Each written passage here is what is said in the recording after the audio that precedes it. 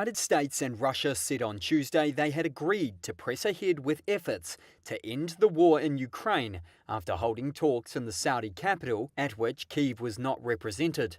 Ukraine says it will not accept any deal imposed on it without its consent. The nearly 5-hour meeting in Riyadh was a crucial moment, the first time US and Russian officials have sat down to discuss a halt to the conflict.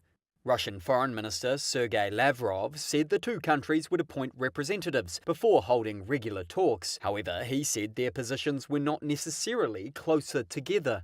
US Secretary of State Marco Rubio said all sides would need to make concessions to end the 3-year-old war. The European Union is going to have to be at the table at some point because they have sanctions as well that have been imposed.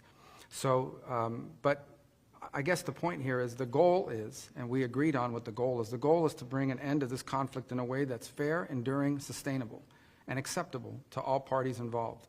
Even before the talks took place, US President Donald Trump's administration was accused by some European politicians of handing free concessions to Moscow last week by ruling out NATO membership for Ukraine.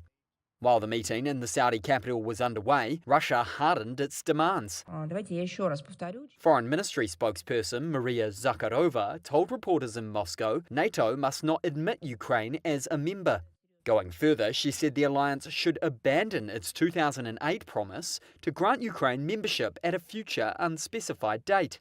President Volodymyr Zelensky postponed his own trip to Saudi Arabia planned for Wednesday, saying no talks to end the war could be held behind Ukraine's back.